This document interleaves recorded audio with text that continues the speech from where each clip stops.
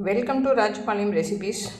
இன்றைக்கி லன்ச் என்னென்னா ஒரு தக்காளி பொங்கல்னு சொல்லிவிட்டு தீனாசோனோட சேனலில் அந்த விஜய் தம்பி சௌராஷ்டிராக்காரங்க பண்ணதான் பார்த்தேன். இது நான் இப்போ தான் ஃபஸ்ட் டைம் ட்ரை பண்ணுறேன். ரொம்பவே நல்லா வந்திருக்குது, சூப்பராக இருந்தது.